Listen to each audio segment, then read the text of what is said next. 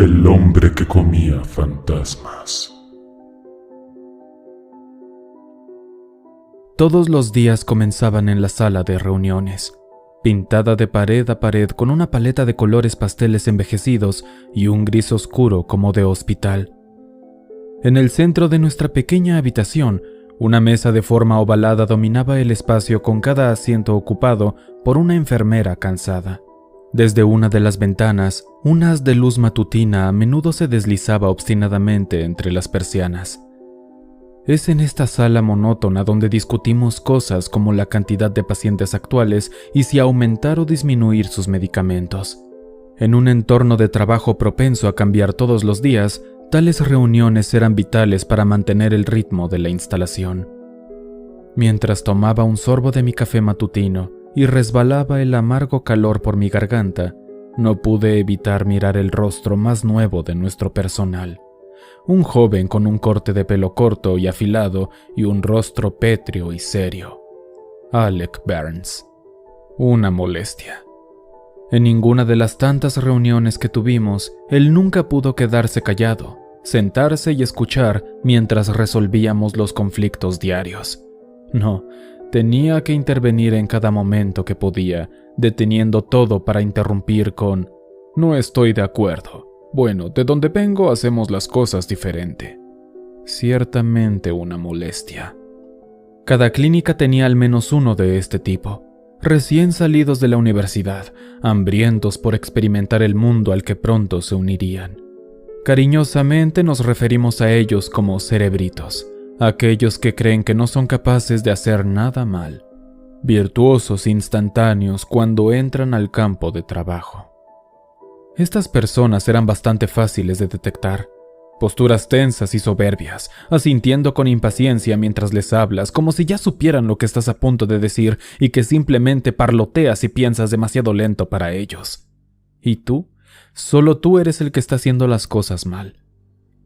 Todavía puedo recordar a uno en particular, un joven sabelotodo que se había convertido en una molestia en nuestros servicios en laboratorios y clínicas, charlando sobre cómo habíamos estado haciendo todo incorrectamente y no según las reglas. Así fue hasta que un día, mientras lo espiaba, me di cuenta que la bolsa de dopamina que había puesto para un paciente se empezó a drenar, pero en las sábanas. Nunca había visto la cara de alguien enrojecerse tan rápido. ¿Y qué pasa con toda esa importancia que se autodan después de momentos como este? Es desechada, pisoteada por el desprecio de aquellos a quienes habían reprendido odiosamente. Y puedes apostar hasta tu último centavo que Alec Burns sufriría lo mismo eventualmente. La vida tiene una forma particular de destruir nuestros egos.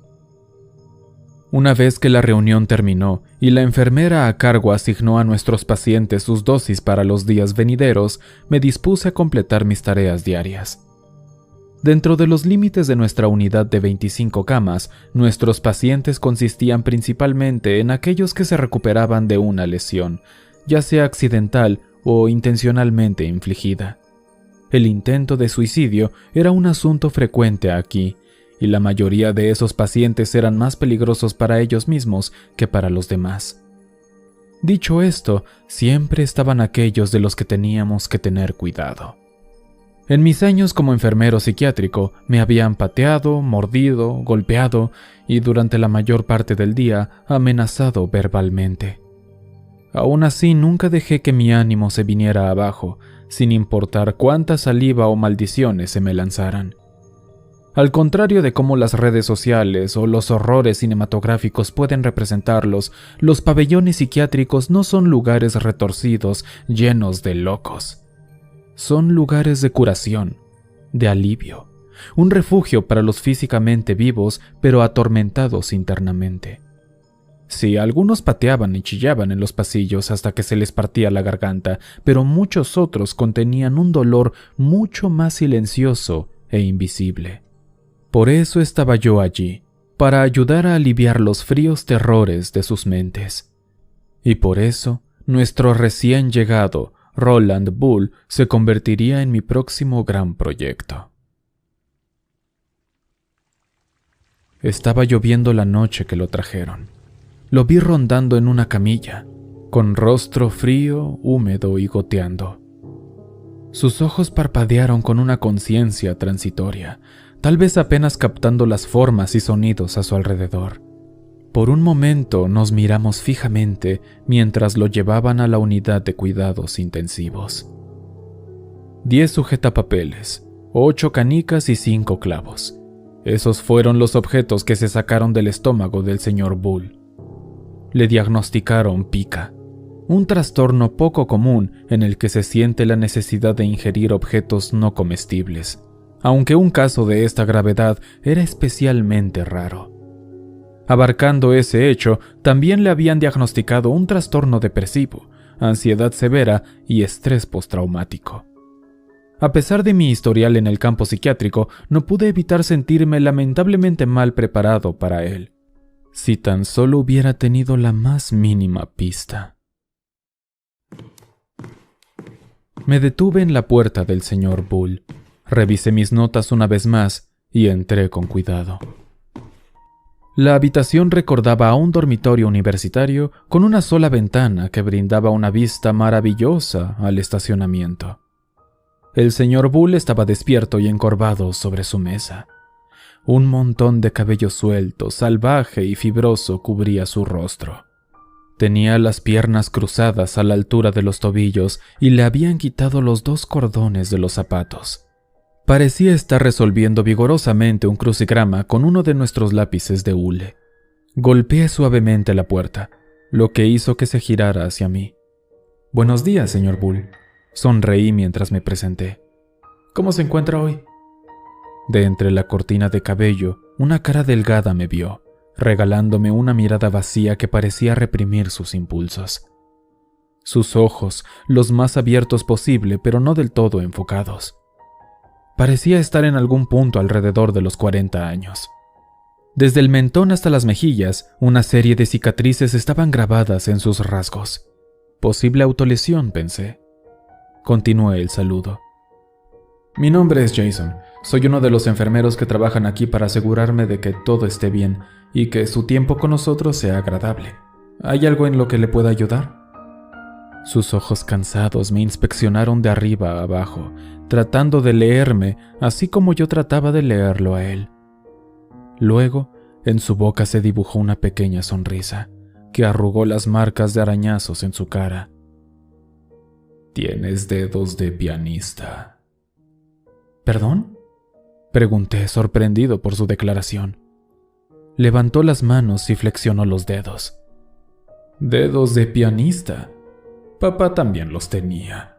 Solía tocar todo el tiempo en su oficina, sobre todo las gimnopedias y un poco de Chopin.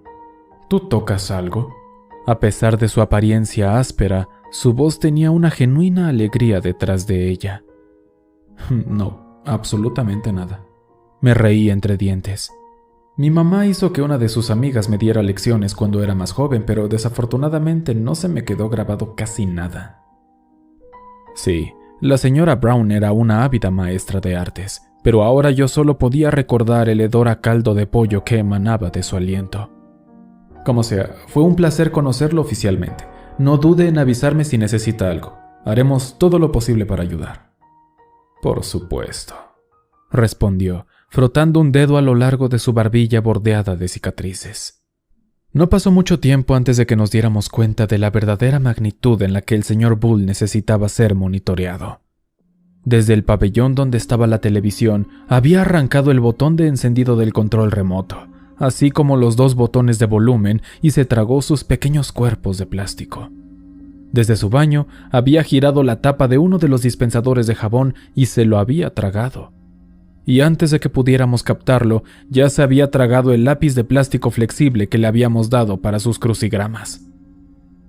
A medida que se hicieron los arreglos para cuidar su alimentación, reflexionamos sobre diferentes opciones de tratamiento para su condición. En la mayoría de los casos, la pica es causada por una deficiencia de hierro en el cuerpo, lo que provoca que desee algo para reponer los minerales que le faltan. Por eso le recetamos un suplemento de hierro. Después de algunas semanas con las dosis, 2 pastillas al día y una dieta rica en hierro, su deseo por los artículos no alimentarios había disminuido considerablemente.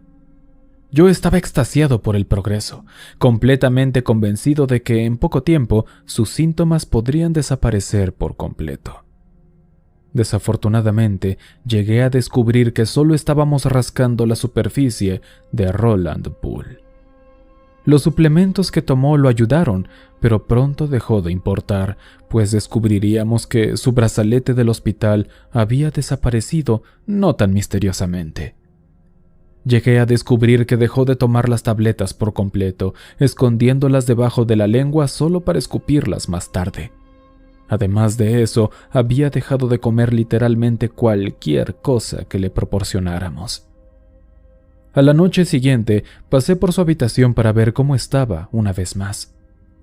Roland se encontraba nuevamente sentado en su escritorio, su columna vertebral rígidamente recta y su cuello doblado hacia la ventana. Había una bandeja de comida en la cama junto a él, fría y sin comer. La recogí y se la ofrecí.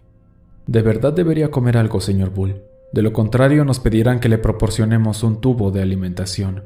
La comida es mucho mejor, créame». No me reconoció. Simplemente mantuvo esa mirada hacia la mancha grisácea de asfalto afuera. Protestas como esta no estaban fuera de lo común, especialmente para pacientes que enfrentan ansiedad y depresión severa. Cuando me giré para ir a informar sobre su estado, una voz débil y marchita salió de él. «Se está acercando». Le temblaban los labios. «¿A qué se refiere?», pregunté, tratando de analizar lo que acababa de decir. «¿Qué se está acercando?». Pero fue inútil. Había vuelto al silencio, manteniendo la mirada vidriosa hacia la ventana. Evidentemente nuestra conversación había terminado. Esa misma noche un grito resonó por los pasillos. Venía de la habitación del señor Bull. Fui el primero en llegar. Atravesé rápidamente la puerta y lo vi agitarse entre las sábanas. Sus manos arañaron y agarraron la nada mientras sus gruesos talones pateaban impotentes. Evaluando la situación, intenté hablar con él primero para calmar sus nervios detrás de los gritos frenéticos. Él no respondió. Los labios se curvaron hacia atrás de sus encías y sus ojos se retorcieron salvajemente en sus cuencas. Luego, con un movimiento rápido, sus manos agitadas convergieron y se cerraron alrededor de su garganta, asfixiándose en un agarre mortal. Me moví para quitarle las manos de encima, tratando de romper con cuidado el estrangulamiento que tenía sobre sí mismo. Incluso con su garganta retorcida en su propio agarre, un grito apretado todavía se abrió paso. Cuando su presión comenzó a aflojarse, el aullido se detuvo repentinamente y fue reemplazado por un sonido especial, la señal reveladora de que alguien está a punto de tener arcadas. No queriendo que vomitara de espaldas, me moví para empujar su cuerpo hacia un lado, mientras miraba ansiosamente hacia la puerta para ver si llegaba más ayuda. Pero cuando volví la vista hacia él, todo se detuvo. El latido de mi corazón aumentó a una espantosa aceleración. Traté de respirar, pero no pude. Hay algo tan oscuro y diferente cuando te golpea una conmoción indescriptible, como si cada nervio de tu cuerpo, cada entrada sensorial al mundo exterior, se hubiera cortado de repente. Tu voz es demasiado frágil para hablar. Tus ojos tienen demasiado miedo de cerrarse. Los pensamientos se agolpan desesperadamente en tu cerebro, solo para ahogarse antes de llegar a la superficie.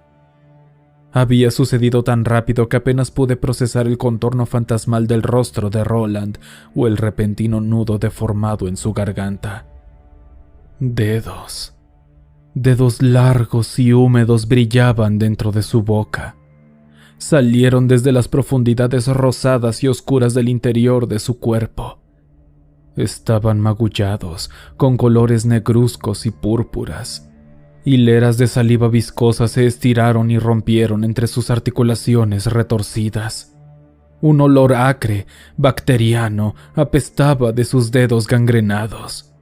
Los ojos de Roland se pusieron en blanco mientras su cuerpo se agitaba y dejaba escapar una horrible gárgara. Los dedos se inclinaron hacia adelante, curvándose sobre su cara como una araña puesta de cabeza, y comenzaron a tirar de sus mandíbulas, tratando de estirarlas más y más. Sus uñas dentadas y partidas rasparon su barbilla, sus mejillas, su nariz, cavando oscuros surcos en su carne. El sonido de pasos entrando en la habitación me trajo de regreso. Había llegado otro enfermero. Miré una vez más el rostro de Roland, ahora cubierto por una red de nuevas y sangrantes ronchas. Pero sin dedos. Ninguno en absoluto. Juntos, el otro enfermero y yo sujetamos a Roland y le inyectamos de forma segura una dosis de B52, 2 miligramos de Ativan y 5 miligramos de Haldol en una aguja y 50 miligramos de Benadryl en la otra. Con el esfuerzo colectivo de 3 drogas diferentes atravesando su sistema, su lucha finalmente cesó. Se dañó demasiado, comentó el otro enfermero, examinando las marcas en su rostro. Deberíamos haberlo sometido mucho antes que esto pasara. Entonces me di cuenta de que la ayuda no era otra que de Alec Barnes, el cerebrito. Lo que sea que dijo a continuación y lo escuché. Ya me había ido a buscar un ungüento para los cortes de Roland. No dormí bien esa noche. Dormité y desperté varias veces sin ninguna esperanza de pescar el sueño. Al poco tiempo estaba despierto y parado sobre el lavabo del baño. Tenía ambas manos contra la porcelana. En medio de los escombros de mis pensamientos, mi cerebro buscaba respuestas, algo que pudiera explicar lo que había sucedido. Pero las respuestas se quedaron cortas. No tenía suficiente sustancia, no había suficiente material del que agarrarse. Solo podía imaginar esos dedos, sus poros podridos, sus nudillos crispados saliendo de la boca de un hombre, tratando de sacar algo aún más grande por su garganta. La imagen hizo que mis entrañas se sintieran miserables y una breve náusea me recorrió el vientre. ¡Ay, qué absurdo! Respondí bruscamente ante los pensamientos repugnantes. Ridículo. Repugnante. Contrólate. Dar crédito a tal cosa era inaceptable. Fue un momento angustiante, una fabricación de una mente agitada en una situación estresante. Ese es el final del asunto. No se requiere más discusión. Hice gárgaras con un enjuague bucal. Me golpeé las mejillas con ambas manos y volví a la cama, repitiendo el mismo intento para recuperar el sueño. Pero cuando finalmente me quedé dormido, no hubo protección contra mis pesadillas. Estaba allí de nuevo, de pie en la habitación de Roland, mientras su forma borrosa gritaba y se retorcía en las sábanas. Traté de contenerlo antes de que pudiera lastimarse, solo para que mis brazos retrocedieran solos y agarraran mi garganta en su lugar. Los últimos suspiros me abandonaron. En el fondo de mi garganta algo comenzó a moverse, abriéndose camino hacia arriba. Me tambaleé hacia adelante, apretando los ojos para abrirlos y cerrarlos rápidamente, tratando de despertarme. Pero no sirvió de nada. Solo pude vomitar desesperadamente cuando mi cabeza cayó hacia atrás y la cosa dentro de mi garganta forzó su llegada. Mi visión captó la pared, justo en el momento en que se reflejó mi sombra, escupiendo un nuevo horror deforme. La próxima vez que vi a Roland en persona fue durante su paseo supervisado al patio exterior. Fue para dar a los pacientes un respiro fuera del pabellón. Macetas colgaban de la cerca que encerraba el lugar, junto con una pared pintada en un mural y algunos aros de baloncesto. El señor Bull insistió en que yo fuera quien lo supervisara ese día. Los nuevos rasguños grabados en su rostro se habían curado, rompiendo en patrones fractales descoloridos. Se sentó en uno de los bancos de color azul diamante y aspiró profundamente.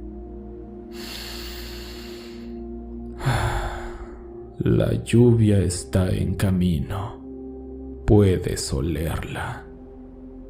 Con suerte no vendrá antes de mi viaje a casa, suspiré, respirando un poco del olor que mencionaba, la frescura justo antes de una tormenta.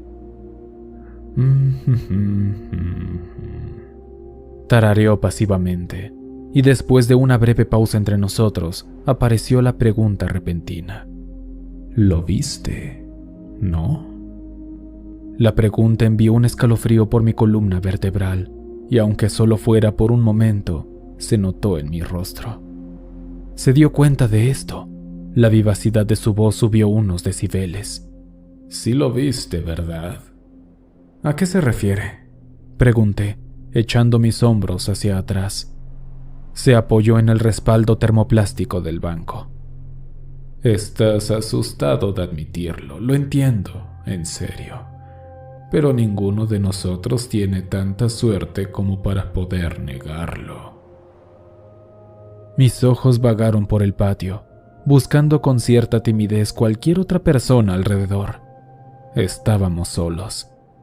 Bueno, va a tener que ser más específico, no estoy entendiendo del todo. Sus ojos cansados y llorosos se enfocaron en mí. Tuve que esperar a que lo vieras antes de poder decir algo. De lo contrario, nunca me creerías. Sé que no lo harías. Luego sus labios partidos se curvaron en una sonrisa. Pero si no escuchas ahora, no sabrás lo que viste, y siempre te quedarás pensando en eso. No respondí, pero tal vez fue la expresión absorta en mi rostro lo que le indicó que continuara.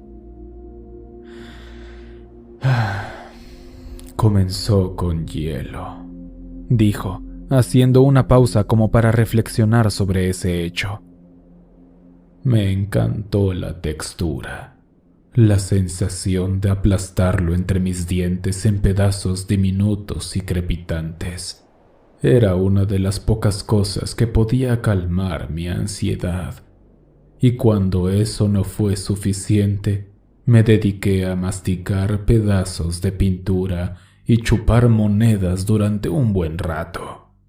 Era un niño muy ansioso, ¿sabes? Una ráfaga de viento silbó a través de la cerca y agitó las flores colgantes. Su lengua relamió sus labios. Crecí en un hogar adinerado con padres adinerados. Uno de los dos tan dulce como puede ser, mientras que el otro era emocionalmente distante. ¿Puedes adivinar cuál era el padre?, preguntó con una sonrisa. El estereotipado proveedor que consideraba que el apoyo financiero a nuestra familia era un vínculo suficiente entre nosotros. Naturalmente no estábamos muy unidos, y a medida que mis tendencias se intensificaban, él y mi madre estaban completamente convencidos de que se trataba simplemente de una fase. No me preguntes por qué no fue así, no sabría decirte. Todo lo que sabía era que mis ansias por lo indigerible solo empeoraban a medida que envejecía. Me quedé en silencio y escuché, sin atreverme a decir nada más que lo distrajera. Sentí la responsabilidad de comprenderlo. Finalmente se había abierto. Ya no desaparecería detrás de esa mirada plana hacia la ventana. Sorprendentemente, no era el único con compulsiones en nuestra casa. Roland se rió entre dientes. Papá era un coleccionista, no de monedas o vinilos viejos y polvorientos. Él incursionó en otras cosas. Una cantimplora colgada del hombro de un soldado muerto. Una soga gastada que se usaba para romper cuellos en el siglo XIX. Incluso un cráneo antiguo con la mitad de su cúpula rajada por algún horrible medio de tortura. Eran cosas que le interesaban, para consternación de mi madre. Pequeños pedazos de oscuridad que le gustaba encontrar. Ni siquiera estoy seguro de dónde sacó su piano antiguo, pero sé que de vez en cuando oía tocar las mismas 2 teclas en medio de la noche. Entonces, un día, mientras él y mi madre estaban en un viaje de negocios, me colé en su estudio para ver la colección privada. Uno de ellos me llamó la atención. Una joya en un anillo que alguna vez perteneció a una mujer muerta, que se dice que la maldijo con una muerte prematura. Me sentí atraído por la joya, como si un impulso me hubiera obligado a creer que de alguna manera era mía, que me pertenecía. Así que me la tragué. Una mirada de angustia lo cruzó. Estaba asustado esa noche, absolutamente petrificado de que papá volviera solo para encontrarse con que faltaba el anillo en su colección. Luego, la noche siguiente, recorrió mis intestinos. Lo saqué de mis desechos, lo limpié intensamente y lo devolví ileso a la colección. Mi padre no se dio cuenta. Muy pronto lo hice de nuevo, esta vez con el hueso de un gato negro usado en un hechizo de brujería. Comenzó a parecer un juego, pero pronto se convirtió en un ritual entre mi padre y yo. Él traía algo a casa y yo lo tragaba, aunque solo fuera un trozo. Le lavaba la sangre y las heces cuando salía y lo volvía a colocar allí. Claro, puede haber habido algo de dolor y una ligera decoloración aquí y allá, pero nunca lo suficiente como para que él se diera cuenta. Se sentía bien, incluso celestial. Papá y yo finalmente encontramos algo en común. A los dos nos gustaban los objetos. Su rostro luego decayó, volviéndose estoico y fantasmal, y su voz perdió su forma. Cuando llegó el momento de seguir adelante con mi vida, tuve que poner fin a nuestro pequeño juego. Nunca se enteró de lo que le había estado haciendo a su colección. Me las había arreglado, o eso pensé, para dejar de consumirlas. Pero a medida que pasaba el tiempo, comencé a tener pensamientos extraños sobre todas esas cosas malditas y embrujadas. Cómo se habían sentido repentinamente diferentes en mis manos después de que salían. Casi como si la energía que alguna vez tuvieron ya no estuviera allí. Como si hubiera quedado atrás en algún lugar dentro de mí. ¿Y qué pasaría si toda esa energía, o lo que sea que tuvieran, se dejara reposar y fermentar a lo largo de los años, hasta que se convirtiera en otra cosa? Frotó una mano pálida sobre su pecho. Una cosa que finalmente quiere salir. Cuando su voz por fin se desvaneció en el silencio, hablé. ¿Qué quiere decir exactamente con quiere salir? El brillo sobre sus ojos había vuelto. Me gustaría volver a entrar ahora, por favor.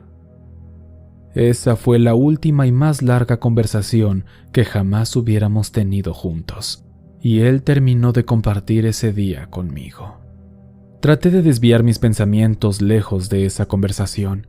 Era demasiado para digerir. Durante el resto de ese día, ya no me sentí como yo mismo dentro del pabellón, casi como si el peso allí se hubiera vuelto demasiado aplastante, como si algo estuviera a punto de subir por la cima y todo lo que podía hacer era prepararme para un impacto que no podía ver. Lo que sucedió a continuación ocurrió un domingo por la noche, 3 días después del inquebrantable silencio de Roland Bull. Estaba haciendo mis rondas habituales en el pabellón y me detuve para ver cómo estaba. Toqué 3 veces, abrí su puerta y entré rutinariamente. Roland no estaba en su cama ni en su lugar habitual en el escritorio. La puerta de su baño se abrió ligeramente. El sonido de un fregadero corriendo provenía del interior. Señor Bull, solo estoy aquí para ver cómo se encuentra. ¿Está todo bien?, dije. No hubo respuesta. Señor Bull, ¿está bien? Aún así nada. Solo el constante sonido del agua corriendo. Sin previo aviso, la puerta del baño se abrió, rebotó en el tope de goma y luego volvió a rebotar en el cuerpo de Roland Bull. Se había tropezado de espaldas sobre sus talones. Ambas manos estaban alrededor de su cuello. Su rostro estaba enrojecido en un color ciruela oscuro. Montones de espuma salieron de su boca, rodando sobre sus labios que se habían puesto azules. Las lágrimas escurrieron de sus ojos que brotaron de sus cuencas. De él emergió un único sonido, la nota de gárgaras del aire atrapado en su garganta. «¡Se ahoga!», gritaban mis pensamientos. «¡Se está ahogando!». Lo agarré, girando su cuerpo 180 grados mientras mis dos brazos se cerraban alrededor de su cintura. Nunca en mi vida había realizado la maniobra Heimlich, pero en ese momento era cuestión de vida o muerte. Apreté con fuerza su abdomen con un rápido empuje hacia arriba, prácticamente levantándolo del suelo. Su cuerpo se echó hacia atrás, pero no hubo suerte para deshacerse de lo que fuera que estaba dentro de su garganta. La puerta se abrió. Alguien más había escuchado la conmoción. Miré febrilmente hacia la persona mientras administraba otro abrazo ineficaz. La otra persona no era otra que Alec Barnes. Incluso en medio del pánico, despreciaba mucho su presencia allí. «¿Qué ocurre? ¿Qué está pasando?», preguntó, lo que solo me enfureció. «¡Se asfixia!», espeté, tirando del señor Bull hacia atrás una vez más. Sangre caliente corrió por mis brazos. Me obligué a tragar saliva, tratando de mojar mi boca seca. Pero en ese mismo instante, con mis dos brazos abrochados a su alrededor, había sentido algo peculiar. Un repentino movimiento de sus entrañas. Un movimiento casi de voltereta. Demasiado pronunciado para ignorarlo. El cerebrito retrocedió hacia mi periferia. «Déjame hacerlo, yo puedo». «No, yo lo hago», le cicié, levantando el cuerpo del señor Bull hacia arriba de nuevo, más fuerte de lo que nunca pensé que podría. Su pecho se agitó a medida que salían más jadeos tensos. Trozos de su saliva se derramaron sobre mis brazos. Luego se tambaleó hacia adelante en mi agarre. Se sentía como si sus entrañas se hubieran descomprimido a la vez, como si un recipiente hermético se abriera. Su garganta se abrió. Dejó escapar un grito acuoso de dolor y arcadas. En algún lugar cerca de nosotros, Alec hizo un ruido. Algo que se escuchó como «Dios, ¿qué es eso?». Algo pesado cayó al suelo. Roland Bull quedó flácido en mis brazos. Alec Barnes dejó escapar un grito. Un movimiento frenético se deslizó por la habitación, como el sonido de un pez retorciéndose en un muelle, seguido de algo rascando una pared. Mis ojos trataron de seguirlo, pero el gran alboroto había succionado toda la sangre de mi cerebro, dejándome incapaz de entender lo que estaba viviendo. Revisé a Roland, que se había desplomado como una marioneta en mis brazos. No respondía, con los ojos mirando inexpresivamente hacia adelante y los labios colgando ligeramente abiertos. Comprobé su pulso y no encontré ninguno. Tumbándolo en el suelo, alineé ambas manos una encima de la otra y bombeé hasta que los tendones de mi muñeca ardieron. Luego apreté su nariz y forcé el aire por su tráquea con respiración boca a boca. No estaba funcionando. Mientras hacía esto, mis ojos recorrieron el suelo, siguiendo la fina capa de sangre y bilis que se alejaba de nosotros. Primero al baño, y luego al tocador, donde la rejilla del respiradero debajo de él ahora colgaba abierto. Alec Barnes estaba congelado en su lugar.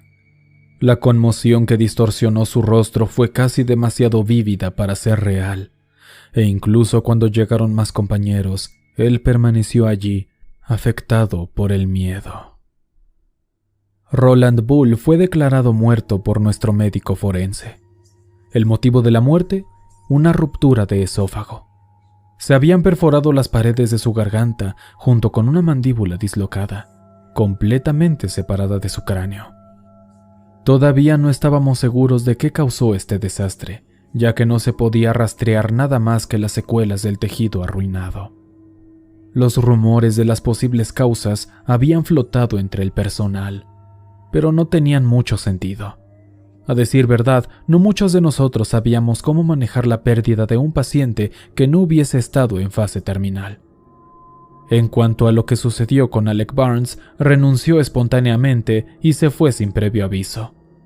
Intenté tanto como pude para sacarle información, pero me mandó al carajo, sacudiendo la cabeza repitiendo que no había visto nada. Fin de la historia. Pude ver el pánico en sus ojos, como dos delgados sacos que amenazan con estallar en cualquier momento. No quedaba ni una sola partícula de esa importancia y prepotencia que se dio a sí mismo. Quizás incluso me he sentido de la misma manera que él.